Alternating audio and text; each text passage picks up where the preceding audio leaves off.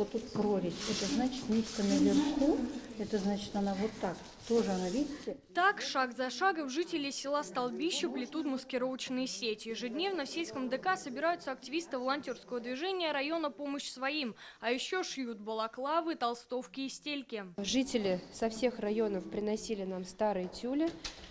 И из них мы плели такие маскировочные сети. Но минус, недостаток данных маскировочных сетей в том, что они очень тяжелые и громоздкие, затруднена транспортировка. Помогать бойцам в зоне СВО начали в конце октября. Сначала работали с подручными материалами, после обратились в администрацию. Здесь их свели с предпринимателями, готовыми оказать финансовую поддержку. На эти средства закупили легкие и практичные ткани. У нас теперь в Столбищах 3 точки появилось, а потом постепенно у нас уже где-то 8 точек только по Лаишевскому району получается.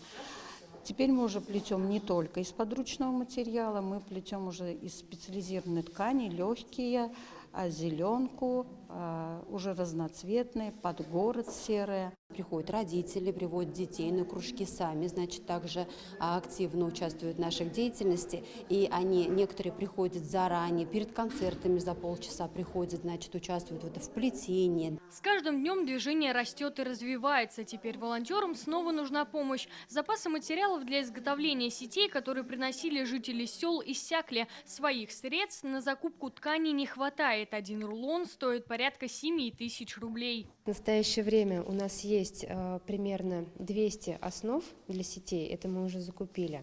Для того, чтобы сделать сети, нам необходимо примерно 35 рулонов ткани.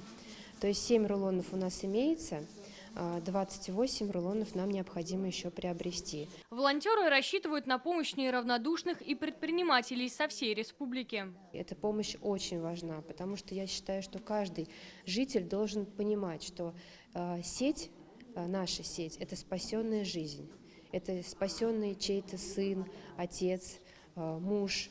То есть я прошу не оставаться равнодушным всех. Волонтеры рассчитывают не только на материальную поддержку, им нужны помощники для плетения сетей. Узнать, как помочь движению, можно в их группе в одной из социальных сетей «Помощь своим».